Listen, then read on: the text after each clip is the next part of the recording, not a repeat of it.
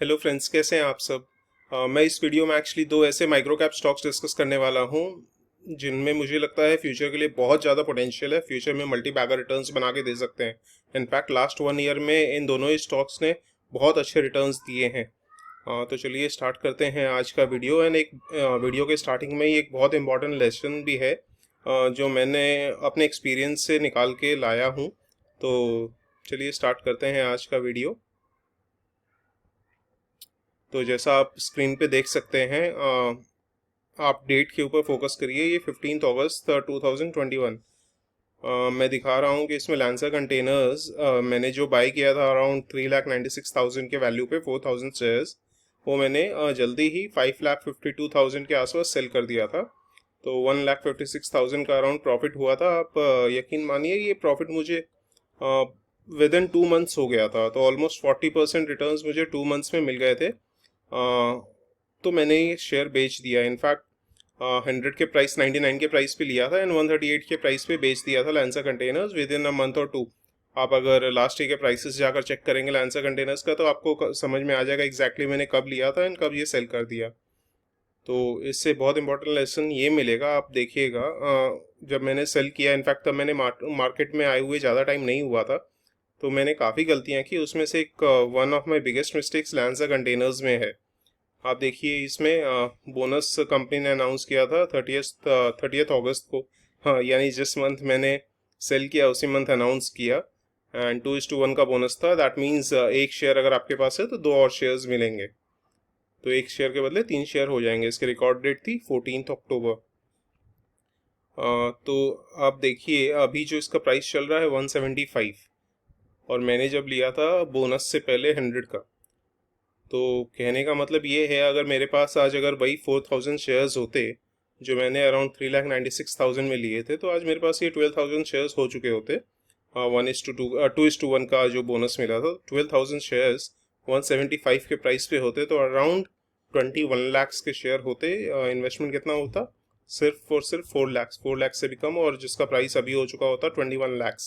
और with in a year, in fact not even a year, 10 months, 9 to 10 months के अंदर ही मुझे 5 टाइम्स रिटर्न्स मिल चुका होता। तो ठीक है, कहीं ना कहीं थोड़ा बहुत अफसोस है। इनफैक्ट स्टॉक मार्केट में अफसोस तो चलता रहता है। कई बार ऐसा होता है आप सेल कर देते हैं, प्राइस राइज कर जाता है उसके बाद, या फिर आप सेल नहीं करते और प्राइस बहुत ज़्यादा गिरते रहता है। तो ये सब तो चलता रहता है। पर अल्टीमेटली इंपॉर्टेंट ये है कि अपने कुछ सीखें इससे। अपने मुझे जो सीखने को मिला बस यही कि भैया स्टॉक प्राइस पे ज़्यादा फोकस मत करो, क्योंकि जब मैंने ये सेल किया, किस वजह से सेल किया था, 150 पे प्राइस पहुंच गया था तो ऑलमोस्ट 50% रिटर्न मिल गए थे। बट 150 से ये फिर 135 140 के आसपास आ गया था। तो ऑलमोस्ट 10% का फॉल हो गया था। तो मुझे ऐसा लगा कि यार प्रॉफिट्स कम हो रहे हैं, प्रॉफिट्स डूबते जा रहे हैं, तो कम से कम जो प्रॉफिट है उसे बुक कर लो। और तब फोकस कम था कि भैया मुझे जो भी शेयर जो मैं फंडामेंटली स्ट्रॉन्ग कंपनीज ले रहा हूँ और जिनका ग्रोथ पोटेंशियल बहुत ज़्यादा है, उनको लॉन्ग टर्म के लिए होल्ड करना है। इनफैक्ट जब तक फंड्स की रिक्वायरमेंट ना हो, या कोई काम नहीं हो, या फिर रिजल्ट्स खराब आए कंसिस्टेंटली, या फिर मैनेजमेंट के ऊपर कुछ कुछ एलिगेशंस लगे, या इंडस्ट्री में कुछ ऐसे हेडविंड्स आ जाएं जिसकी वजह से इंडस्ट्री फ्यूचर में ग्रो ना करे, तब सेल कर सकते हैं। बट अल्टीमेटली आप अगर शॉर्ट टर्म फ्लक्चुएशंस के लिए आप प्राइस में सेल करेंगे, तो आप लॉन्ग टर्म इन्वेस्टर नहीं है। ये धीरे धीरे मुझे समझ में आया। इनफैक्ट अगर आप शॉर्ट टर्म ट्रेडर हैं तो ठीक है, लेकिन अगर आप लॉन्ग टर्म इन्वेस्टर हैं तो ये थोड़े मोड़े प्राइस फ्लक्चुएशन के कारण अपने प्रॉफिट बुक मत करिए। मैं तो यही बोलूँगा। अगर आप अच्छी कंपनीज हैं, जब तक कोई इंपॉर्टेंट फैक्टर नहीं मिल जाता तब तक आप सेल मत करिए। इंपॉर्टेंट फैक्टर मतलब या तो कंपनी में कोई प्रॉब्लम हो, रिजल्ट्स कंसिस्टेंटली बैड आ रहे हो, जैसे रेवेन्यूज एंड प्रॉफिट्स ग्रो नहीं कर रहे हैं, या मैनेजमेंट के ऊपर कुछ एलिगेशंस लग गए हैं फ्रॉड के, या फिर जैसे इंडस्ट्री है, इंडस्ट्री जैसे कुछ कुछ इंडस्ट्रीज आउट ऑफ फेवर चली जाती हैं due to new industries coming up. या जैसे फॉर एग्जांपल अगर लास्ट 10 ईयर्स में देखेंगे तो जैसे डेस्कटॉप कंप्यूटर्स जो थे वो आउट ऑफ फैशन हो गए और अब बहुत कम बिकते हैं। तो जैसे उसमें कुछ कंपनीज थी तो वो आउट ऑफ फेवर चली गई, जैसे सत्यम कंप्यूटर्स, या मे बी उसमें तो बहुत ज़्यादा फ्रॉड भी हुआ था। तो कहने का मतलब वही है कि जब तक इंडस्ट्री अच्छी है तब तक आप फोकस करिए रिजल्ट्स के ऊपर, अंडरलाइंग फाइनेंशियल्स के ऊपर, फंडामेंटल्स के ऊपर। स्टॉक प्राइस तो ऊपर नीचे होता रहेगा। मैं किसी भी शेयर को बेचना नहीं चाहूँगा अब, जिसकी earnings and results and revenues grow कर रही हैं एंड फंडामेंटल्स अच्छे हैं, ऐसी किसी भी कंपनी को नहीं बेचना चाहूँगा, चाहे उसका प्राइस शॉर्ट टर्म में गिरता ही रहे। और ऐसी किसी भी कंपनी को मैं रखना नहीं चाहूँगा जिसका शेयर प्राइस बढ़ रहा हो but ultimately revenues and earnings गिर रहे हों रेगुलरली। तो आप ये चीज़ ध्यान रखिए, अर्निंग्स के ऊपर, रिजल्ट्स के ऊपर ज़्यादा फोकस करिए। स्टॉक प्राइस तो ऊपर नीचे होता रहता है, अल्टीमेटली रिजल्ट्स अच्छे आते रहेंगे तो शेयर प्राइस मूव कर ही जाएगा। और सबसे इम्पोर्टेंट था लैंसर कंटेनर्स में राइज करने का कि जो ये कंपनी है, एक तो ऑब्वियसली कंटेनर की, आप गूगल में जाके सर्च करिए कंटेनर शॉर्टेज के बारे में तो बहुत ज़्यादा इन्फॉर्मेशन मिल जाएगी आपको। तो उसमें जो टैरिफ रेट्स हैं वो काफ़ी ज़्यादा हाई पे हैं। तो एक चीज़ इंपॉर्टेंट ये हो गई थी ये देखने के लिए कि जो टैरिफ रेट्स हैं उसी के कारण सिर्फ रेवेन्यूज़ बढ़ रही हैं क्या। सपोज अगर टैरिफ रेट अगर पहले $1 थे, बाद में $1.5 या $2 हो गए हैं, तो सिर्फ उस वजह से अगर रेवेन्यूज़ बढ़ रही हैं तो वो सस्टेन नहीं कर पाएंगी, क्योंकि टैरिफ रेट्स वापस कभी ना कभी तो थोड़ा कम हो ही जाएंगे। तो इम्पॉर्टेंट ये था ये देखना कि कंपनी स्केल अप कर रही है या नहीं। तो मैंने देखा इनके इन्वेस्टर प्रेजेंटेशन में, जैसे ये इनका प्लान है अभी शॉर्ट टर्म में 2500 कंटेनर्स और ऐड करेंगे 10,000 कंटेनर्स के ऊपर। तो ये एक इम्पॉर्टेंट पॉइंट था कि कंपनी एक्सपेंशन पे फोकस कर रही है। और कंपनीज के प्लान है कि new geographies and new ports में टारगेट करेगी अपने प्रेजेंस को। लॉन्ग टर्म में और ज़्यादा अच्छे प्लान्स हैं। तो इनफैक्ट इनका एक प्लान है कि एक शिपिंग वेसल भी एक्वायर करे। तो ये गोल्स देख के कहीं ना कहीं अच्छा लगता है। बाकी ये डिटेल्स में एक और वीडियो में शेयर कर चुका हूँ, मैं डिस्क्रिप्शन में लिंक शेयर कर दूंगा। तब मैंने जब ये वीडियो बनाया था तो 192 के आसपास प्राइस चल रहा था, अभी 175 है, क्योंकि रशिया यूक्रेन की वॉर हो गई थी उस वजह से ये कंपनी काफ़ी प्रेशर में थी, स्पेसिफिकली इसलिए कि अगर एक दो कंट्रीज और इन्वॉल्व होती हैं इसमें तो क्या होगा, ट्रेड बहुत ज़्यादा डिसरप्ट हो जाएगी। तो वहाँ उस वजह से कंटेनर की डिमांड में प्रॉब्लम आ सकती है, टैरिफ में प्रॉब्लम आ सकती है। बट अल्टीमेटली जब ऐसा लग रहा है कि नहीं ये वॉर अभी एक्सपैंड नहीं होगी, इन द सेंस कि कोई और कंट्री इन्वॉल्व नहीं होगी, तो ये कंपनी अब वापस से राइज करना स्टार्ट कर गई है। 527 करोड़ की कंपनी है, स्टॉक भी काफ़ी रीजनेबल है, return on equity more than 20% है। तो ये सब अच्छा है। क्वार्टरली रिजल्ट्स के ऊपर फोकस करते हैं। आप देखिए मार्च 2019 में सेल्स जिसकी 67 करोड़ थी या 68 करोड़, जो दिसंबर 2021 यानी 2 years 9 months में मोर देन डबल हो गई है। ऐसे ही आप नेट प्रॉफिट देखिए 0.58 से 8 करोड़ का नेट प्रॉफिट हो गया है, तो ऑलमोस्ट 16 टाइम्स या मे बी 15 टाइम्स ग्रो किया है। EPS भी आप देखिए 0.19 से 2.66 हो गया है। तो भयंकर स्पीड से कंपनी ग्रो कर रही है। उसके बाद ईयरली रिजल्ट्स देखते हैं। ईयरली रिजल्ट्स के ऊपर मैं फोकस कम करता हूँ, मुझे रिसेंट क्वार्टरली रिजल्ट्स के ऊपर ज़्यादा फोकस रहता है, बट स्टिल देखते हैं। मार्च 2012 में इसका 5 करोड़ का सेल्स था, जो मार्च 2021 में बढ़ के 300 करोड़ का हो गया है। और इस साल अगर देखें तो जून में 100 करोड़, 121 करोड़, उसके बाद 154 करोड़, तो ऑलरेडी 375 करोड़ के आसपास की कंपनी सेल्स जनरेट कर चुकी है इस फाइनेंशियल ईयर में, जबकि मार्च क्वार्टर का रिजल्ट अभी आना बाकी है। तो काफ़ी स्पीड से कंपनी ग्रो कर रही है। उसके बाद बैलेंस शीट के ऊपर फोकस करते हैं, क्योंकि स्मॉल कैप कंपनीज में बैलेंस शीट बहुत ज़्यादा इंपॉर्टेंट रहती है, क्योंकि रिस्क बहुत ज़्यादा रहता है। बट आप देखिए बोरोइंग्स काफ़ी कम है compare to equity, 41 crore reserves हैं, जबकि उसके कंपैरिजन में से 15 करोड़ की बोरोइंग्स है।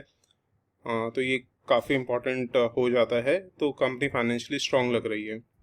उसका शेयर होल्डिंग पैटर्न देखिए, लास्ट क्वार्टर में जो प्रमोटर की होल्डिंग है वो थोड़ी कम हुई है, तो ये थोड़ा कंसर्निंग हो जाता है। But at the same time FIIs ने अपनी होल्डिंग इंक्रीज़ की है, तो ये कहीं ना कहीं पॉजिटिव हो जाता है। चलिए नेक्स्ट कंपनी को फोकस करते हैं। ये कंपनी मेरी रिसेंटली ही फोकस में आई है। इस कंपनी का नाम है एक्यूरेसी शिपिंग। और मुझे ये दोनों ही कंपनीज, स्पेसिफिकली दोनों ही कंपनीज जिस सेक्टर में है वो सेक्टर की डिमांड बहुत ज़्यादा लग रही है।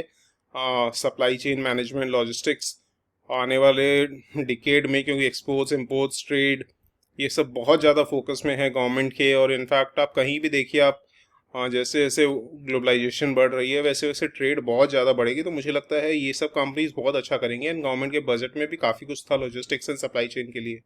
तो ये ग्लोबल लॉजिस्टिक्स सॉल्यूशंस पार्टनर है। ये custom clearance, shipping, air freight, warehousing वगैरह में काम करती है। क्लाइंट्स हाँ रीजनेबल हैं इसके, Vedanta, Supreme, Acrysil, RP, SG group, and बहुत अच्छे अच्छे क्लाइंट्स हैं कंपनीज के पास, हाँ कंपनी के पास। उसके सर्विस वर्टिकल में वही clearing and forwarding, transportation, fuelling station, warehousing, project cargo, and recently अभी इन्होंने अशोक लेलैंड के साथ डीलरशिप भी अग्रीमेंट्स अभी साइन किया है। हाँ तो ये कहीं ना कहीं पॉजिटिव हो जाता है। और जो बोर्ड ऑफ डायरेक्टर्स हैं आप देख सकते हैं, जैसे विनय त्रिपाठी इनके मैनेजिंग डायरेक्टर हैं, बट बहुत ज़्यादा इन्फॉर्मेशन मिली नहीं मुझे इंटरनेट पे इसका इनके बारे में। तो ये एक जो माइक्रो कैप स्टॉक्स होते हैं ये एक बहुत बड़ा रिस्क फैक्टर हो जाता है कि इनके बारे में ज़्यादा इन्फॉर्मेशन नहीं मिलती इंटरनेट पे, क्योंकि एनालिस्ट लोग कवर नहीं करते ये सब कंपनीज को। उसके बाद न्यूज़ आर्टिकल्स भी ज़्यादा नहीं मिलते, इस वजह से रिस्क बहुत ज़्यादा हो जाता है क्योंकि इन्फॉर्मेशन का बहुत ज़्यादा शॉर्टेज रहता है। बट इनकी वेबसाइट से मैंने जो देखा, ये इनके बोर्ड ऑफ डायरेक्टर्स हैं तो काफ़ी यंग एंड डायनामिक लग रहे हैं। बाकी विनय त्रिपाठी के बारे में मैंने सर्च किया तो बहुत ज़्यादा इन्फॉर्मेशन मिली नहीं मुझे, बट ये फर्स्ट जनरेशन के एंटरप्रेन्योर हैं। दैट मीन्स कि इनके पापा या इनके जो पेरेंट्स हैं वो इस बिज़नेस में नहीं थे, इन्होंने खुद अपना बिजनेस स्टार्ट किया है। ये इनका कंपनी का टाइमलाइन है, 2008 में इनकॉर्पोरेट हुई थी। उसके बाद काफ़ी स्पीड से अच्छे ग्रो कर रही है। 2019-20 में ये इसका एसएमई आईपीओ जो है वो जून 18 में आया था, 2018 में। उसके बाद मेन बोर्ड में 2020 में पहुंच गई थी। एंड अभी आप जैसा मैंने बोला कि अशोक लेलैंड के साथ इन्होंने टाई अप किया है डीलरशिप के लिए। उसके बाद एसर पेट्रोल पंप भी इन्होंने नवंबर 2020 में सेट खोला है। और ये कंपनी, जैसे मैंने कंपनी के बारे में पढ़ा कि ये कुछ अवार्ड्स मिले हैं इस कंपनी को, जैसे it was awarded as the fastest growing logistic company of the year. तो ये कहीं ना कहीं पॉजिटिव हो जाता है। शेयर होल्डिंग देखते हैं, प्रमोटर्स की शेयर होल्डिंग ऑलमोस्ट 63% है, एफ की 10% है। तो इसने स्मॉल कैप या माइक्रो कैप में एफ की होल्डिंग होना ये पॉजिटिव है। बट डी की होल्डिंग काफ़ी कम है, वो भी दिसंबर क्वार्टर में कम हुई है, तो ये थोड़ा सा कंसर्न हो जाता है। उसके बाद मार्केट कैप देखते हैं, जैसे मैंने कहा ये एकदम माइक्रो कैप है, 355 करोड़ की कंपनी है तो बहुत स्मॉल है। बट स्टॉक पी 13 का है तो काफ़ी रीजनेबली वैल्यूड है। एवरेज मार्केट पी अराउंड 20 का है तो उस हिसाब से काफ़ी अच्छा है। Return on equity and return on capital employed 11% के आसपास ही है, तो ये थोड़ा कम है। बट आप ये देखिए 52 week low and 52 week high around 48 and 262, अभी अराउंड 230 के आसपास कंपनी ट्रेड कर रही है, स्टॉक ट्रेड कर रहा है। तो 1 ईयर में ही कंपनी ऑलमोस्ट 5 टाइम्स, ये स्टॉक जो है स्टॉक प्राइस 5 टाइम्स ऊपर गया है। उसके बाद क्वार्टरली रिजल्ट देखिए आप, जून 2020 में 40 करोड़ की सेल थी जो दिसंबर 2021 में 216 करोड़ की हो गई है, ऑलमोस्ट 5 टाइम्स ग्रो कर गई है विद इन 1.5 ईयर। और नेट प्रॉफिट आप कंसिस्टेंटली बढ़ रहा है, EPS भी 0.08 से ऑलमोस्ट 6.71 हो गया। तो आप स्पीड देखिए ग्रोथ की, ये इसी वजह से ये कंपनी को मैंने सिलेक्ट किया है। ईयरली रिजल्ट्स आप देख सकते हैं, 161 से ऑलमोस्ट 365 करोड़ हो गई है with in 4 to 5 years. But recent जो क्वार्टरली ग्रोथ है वो हद से ज़्यादा है कंपनी का। जैसे मार्च 2021 में पूरे ईयर का EPS 5.73 था, बट आप देखिए लास्ट क्वार्टर का दिसंबर 2021 में सिर्फ एक क्वार्टर का जो EPS है वो लास्ट ईयर के पूरे साल के EPS से ज़्यादा है, 6.71। तो ये काफ़ी स्पीड से ग्रो कर रही है। बैलेंस शीट देखते हैं, बैलेंस शीट में reserves and equity almost 94 crore के हो जाते हैं दोनों मिला के, कंपेयर टू बोरोइंग्स 80 करोड़ की है। तो ये थोड़ा सा रिस्क यहाँ ज़्यादा हो जाता है। डेट टू इक्विटी ऑलमोस्ट 1:1 के रेशियो पे है, तो कहीं ना कहीं डेट ज़्यादा है। बट स्मॉल कैप है तो डेट कहीं इक्विटी से बहुत ज़्यादा फंड्स रेज कई बार नहीं हो पाते, तो इस वजह से डेट ज़्यादा लेनी पड़ती है एक्सपेंशन के लिए। बट ये एक रिस्क फैक्टर है जो आप लोगों को कंसिडर करना पड़ेगा। और एट द सेम टाइम आप लोगों को ये चीज़ कंसिडर करनी पड़ेगी, फर्स्ट ऑफ ऑल देखिए मैंने किसी से पैसा लिया नहीं है किसी भी कंपनी को प्रमोट करने के लिए। जैसे सालासा टेक्नो के बारे में न्यूज़ आई थी कि कुछ प्रमोटर्स एंड जो कुछ यूट्यूबर्स एंड इन्फ्लुएंसर्स को पैसे दिए गए हैं उस कंपनी को प्रमोट करने के लिए, तो ऐसा तो कुछ है नहीं। बट इस सब में ये सब जो मुझे दिखता है उसके ऊपर मैं एनालाइज कर सकता हूँ, जैसे फाइनेंशियल्स, फंडामेंटल्स, मैनेजमेंट टीम क्या है। बट अल्टीमेटली क्या होता है कि जैसे फॉर एग्जांपल अगर पूरे के पूरे फाइनेंशियल्स ही अगर मैनिपुलेटेड हैं, ऑडिट अगर ठीक से नहीं हुई है, तो यहाँ रिस्क बढ़ जाता है। तो अंदर क्या हो रहा है ये देखिए, अपने जैसे रिटेल इन्वेस्टर्स को पता नहीं रहता, बट अल्टीमेटली जो अपने को सामने दिख रहा है उस हिसाब से कंपनी की स्पीड ऑफ ग्रोथ पोटेंशियल बहुत ज़्यादा लग रहा है, सेक्टर बहुत अच्छा है। तो ये सब फैक्टर सोच के ही आप इन्वेस्टमेंट डिसीजन लीजिए।